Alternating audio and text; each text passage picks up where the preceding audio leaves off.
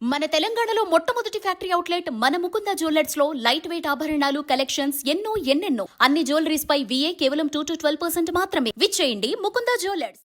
ఇప్పుడు చోడవరం నియోజకవర్గం సర్వే రిపోర్ట్ను మీ ముందు ఉంచుతాను. అనకాపల్లి జిల్లాలోని చోడవరం అసెంబ్లీ సెగ్మెంట్ నుంచి గత ఎన్నికల్లో టీడీపీ నుంచి పోటీ చేశారు కలిదిండి సన్యాసిరాజు.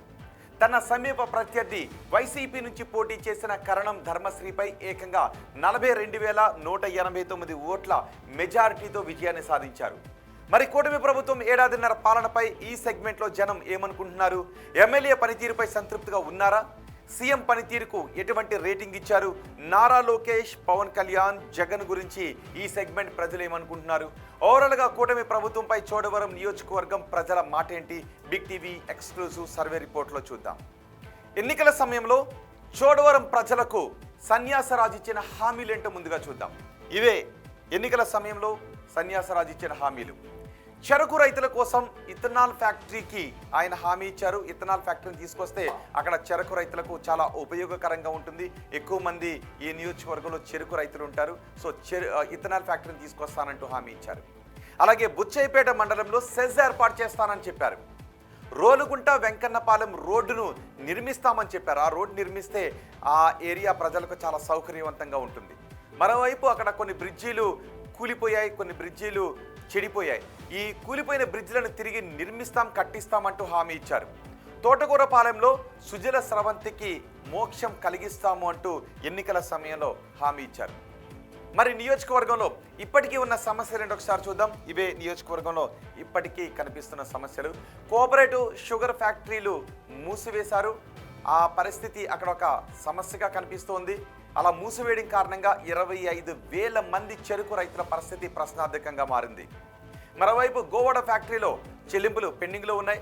సుమారు 40 కోట్ల రూపాయలు నష్టం వాటిల్లింది ఫ్యాక్టరీలో. రైతులకు MSP పెంచడంలో సవాళ్లు ఎదురవుతూ ఉన్నాయి. మరోవైపు సెగ్మెంట్లో చాలా చోట్ల రోడ్లు దెబ్బతిన్నాయి.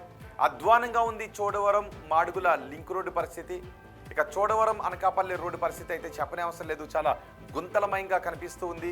వీటితో పాటు చోడవరం నర్సీపట్నం వడ్డాది దగ్గర బ్రిడ్జ్ డ్యామేజ్ అయింది. అలాగే వడ్డాది బుచ్చేపేట మధ్య మరో వంతెన డ్యామేజ్ అయింది. చాకిపల్లి సమీపంలో పెద్దేరు నదిపై వంతెన దెబ్బతింది. విజయరామరాజుపేట చోడవరం మధ్య ఉన్న వంతెన చెడిపోయింది. ఇలా దెబ్బతిన్న వంతెనలను మళ్ళీ నిర్మించకపోవడం ఈ నియోజకవర్గంలో కనిపిస్తున్న ఒక ప్రధాన సమస్య. చాకిపల్లి దగ్గర అయితే జనం సాహసం చేయాల్సి వస్తోంది. చాకిపల్లి దగ్గర తాడు సహాయంతో మరో ఒడ్డుకు జనం వెళ్లాల్సిన పరిస్థితి వస్తోంది. దెబ్బతిన్న వంతెనలతో ఏకంగా 30 నుంచి 40 గ్రామాలపై డైరెక్ట్ ఎఫెక్ట్ పడుతోంది. ఇక ఉత్తరాంధ్ర సుజల స్రవంతి ప్రాజెక్టులో పురోగతి కనిపించకపోవడం ఒక ప్రధాన సమస్య. మరోవైపు అక్కడ క్వారీలు ఉన్నాయి. ఆ క్వారీలపై ఎటువంటి కంట్రోల్ లేదని చెప్తున్నారు. రాతి క్వారీలపై ఎటువంటి కంట్రోల్ లేదు. పైగా ఆ క్వారీలు అక్రమంగా నడుస్తున్నాయి. వీటి వల్ల జనానికి ఇబ్బంది కలుగుతుంది అంటున్నారు. అక్కడ 34 క్వారీలు ఉంటే 7 క్వారీలకు మాత్రమే లీజ్ అనుమతులు ఉన్నాయి. మిగిలిన క్వారీలన్నీ అక్రమంగా నడుస్తున్నాయి. అక్రమ క్వారీలతో నీటి కొరత సంభవిస్తోంది అని జనం సంభవిస్తున్నారు. భారీ క్వారీ వాహనాలతో రోడ్లు దెబ్బతింటున్న ఎమ్మెల్యే తగిన చర్యలు తీసుకోవడం లేదు అని జనం అంటున్నారు. చాలా చోట్ల తాగునీటి సమస్య చాలా ఎక్కువగా ఉంది అని జనం చెబుతున్నారు. ఇవి నియోజకవర్గంలో ఉన్న ప్రధాన సమస్యలు. ఇక ఎమ్మెల్యే పనితీరుపై జనం ఏమనుకుంటున్నారు? ఎమ్మెల్యేకు పాజిటివ్గా ఉన్న అంశాలేంటి, నెగిటివ్గా ఉన్న అంశాలేంటి మనం చూద్దాం. ముందుగా పాజిటివ్గా ఉన్న అంశాలు ఇవే. 2014లో ఎమ్మెల్యేగా ఉన్న టైంలో ఆయన చేసిన అభివృద్ధిని ఇప్పటికీ జనం గుర్తుపెట్టుకున్నారు. అది ఒక పాజిటివ్గా ఉన్న అంశం. మరోవైపు క్యాడర్కు అందుబాటులోనే ఎమ్మెల్యే ఉండటంతో క్యాడర్ అంతా చాలా సంతృప్తిగా ఉంటుంది. సుపరిపాలనలో తొలి అడుగు కార్యక్రమంలో ఎమ్మెల్యే చాలా యాక్టివ్గా ఉంటున్నారు. అలాగే పోలవరం ఎడమ కాలువపై మళ్లీ పనులు మొదలు కావడం ఎమ్మెల్యేకు సానుకూలంగా ఉన్న అంశం. మరి నెగిటివ్గా ఉన్న అంశాలేంటి? నెగిటివ్గా ఉన్న అంశాలంటే మనం చూద్దాం. ఇవే నెగిటివ్గా ఉన్న అంశాలు. చాలామందికి ఎమ్మెల్యే పనితీరుపై అసంతృప్తి కనిపిస్తోంది. పనిపై అంచనాలను అందుకోలేకపోతున్నారు అని జనం అనుకుంటూ ఉన్నారు. అలాగే ప్రజా సమస్యలపై రియాక్షన్ చాలా స్లోగా ఉంది అనే టాక్ వినిపిస్తోంది. ఎలాంటి పెద్ద పెద్ద పనులు నియోజకవర్గంలో మొదలు పెట్టకపోవడం ఒక మైనస్. అలాగే బుచ్చేపేట సెస్కు భూసేకరణ జరగకపోవడం ఇంకో నెగిటివ్ అంశంగా కనిపిస్తోంది. ఇచ్చిన హామీల్లో చాలా వరకు ఇప్పటికీ నెరవేరలేదు. ఎటువంటి ముందడుగు కూడా వాటి గురించి పడలేదు అని జనం అంటున్నారు. ఆ హామీలు భవిష్యత్తులో కూడా నెరవేరుస్తారు అని, భవిష్యత్తులోనూ వాటిపై అభివృద్ధి జరుగుతుంది అనే ఆశలు జనాల్లో పెద్దగా కనిపించట్లేదు, ఆశలు సన్నగిలుతూ ఉన్నాయి. ఇవన్నీ ఎమ్మెల్యే పట్ల నెగిటివ్గా ఉన్న అంశాలు. మరి ఎమ్మెల్యే పనితీరుకు నియోజకవర్గ ప్రజలు వేస్తున్న మార్క్స్ ఏంటి ఒకసారి చూద్దాం. చాలా బాగుందని 12.5% మంది జనం చెప్తున్నారు. బాగుంది అని 25% మంది జనం అంటూ ఉన్నారు. పర్వాలేదు అని 20% మంది జనం అనుకుంటూ ఉంటే, బాగా లేదు అని ఇంకో 20% మంది జనం అభిప్రాయపడుతున్నారు. అస్సలు బాగా లేదు అని 22.5% మంది జనం చెప్తున్నారు. ముఖ్యమంత్రి చంద్రబాబు పనితీరుకు ఈ నియోజకవర్గ ప్రజలు ఎన్ని మార్క్స్ వేస్తున్నారో చూడండి. చంద్రబాబు పనితీరుకు చాలా బాగుంది అని 27.5% మంది జనం చెప్తుంటే, బాగుంది అని 42.5% మంది జనం అంటున్నారు. పర్వాలేదు అని 15% మంది జనం అభిప్రాయపడుతున్నారు. బాగా లేదు అని 12.5% మంది జనం అనుకుంటూ ఉంటే, అస్సలు బాగా లేదు అంటున్న వారి సంఖ్య కేవలం 2.5%గా మాత్రమే ఉంది. ఇక ఓవరాల్గా ప్రభుత్వ పనితీరుకు ఎన్ని మార్క్స్ ఇస్తున్నారో చూడండి. చాలా బాగుందని 10% మంది జనం అంటున్నారు. బాగుంది అని 42.5% మంది జనం చెప్తున్నారు. పర్వాలేదు అని 22.5% మంది జనం అనుకుంటూ ఉంటే, బాగా లేదు అని 20% మంది జనం చెప్తున్నారు. అస్సలు బాగా లేదు అని చెప్తున్న వారి సంఖ్య 5%గా కనిపిస్తోంది. ప్రతిపక్ష నేత జగన్కు ఎన్ని మార్క్స్ వేశారో చూడండి. చాలా బాగుంది అని నియోజకవర్గంలో ఎవరు వేయలేదు, 0. బాగుంది అని మాత్రం 17.5% మంది జనం చెప్తున్నారు.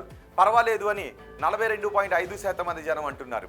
బాగా లేదు అని 12.5% మంది జనం చెబుతూ ఉంటే, అస్సలు బాగా లేదు అని 27.5% మంది జనం అంటున్నారు.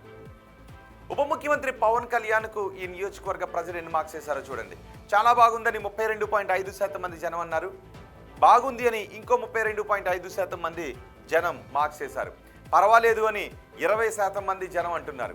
ఇక బాగా లేదు అని 10% మంది జనం అంటూ ఉంటే, అస్సలు బాగా లేదు అని 5% మంది అంటున్నారు. అంటే ఓవరాల్గా 15% మందిలో మాత్రమే అసంతృప్తి కొద్దిగా కనిపిస్తుంది. మిగిలిన 85% మంది సంతృప్తిగా ఉన్నారు. ఇక మంత్రి నారా లోకేష్ పనితీరుకు ఎన్ని మార్క్స్ వేస్తారో చూడండి. చాలా బాగుంది అని 12.5% మంది అన్నారు. బాగుంది అని 40% మంది చెప్పారు. పర్వాలేదు అని 35% మంది అన్నారు. బాగా లేదు అంటున్న వారి సంఖ్య 10.5%గా కనిపిస్తోంది. అస్సలు బాగా లేదు అంటున్న వారి సంఖ్య కేవలం 2.5%గా ఉంది. అంటే కేవలం 13% మంది మాత్రమే కొంత అసంతృప్తిగా ఉన్నారు. మిగిలిన 87% మంది సంతృప్తిగా ఉన్నారు.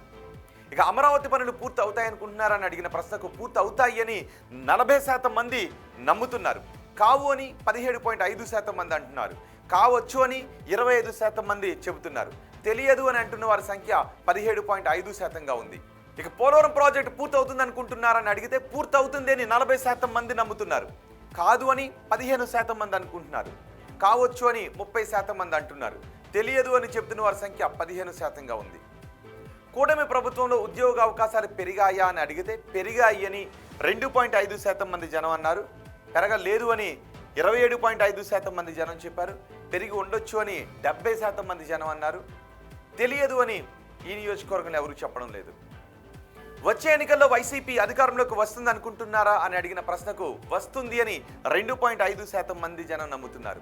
రాదు అని 37.5% మంది జనం అనుకుంటున్నారు. రావచ్చు అని 35% మంది జనం అంటున్నారు. ఇక తెలియదు అని 25% మంది జనం చెప్తున్నారు. చంద్రబాబు తర్వాత ముఖ్యమంత్రిగా ఎవరైతే బాగుంటుంది అని అడిగిన ప్రశ్నకు పవన్ కళ్యాణ్ అయితే బాగుంటుందని 25% మంది జనం అన్నారు. నారా లోకేష్ అయితే బాగుంటుందని 20% మంది జనం అభిప్రాయపడ్డారు.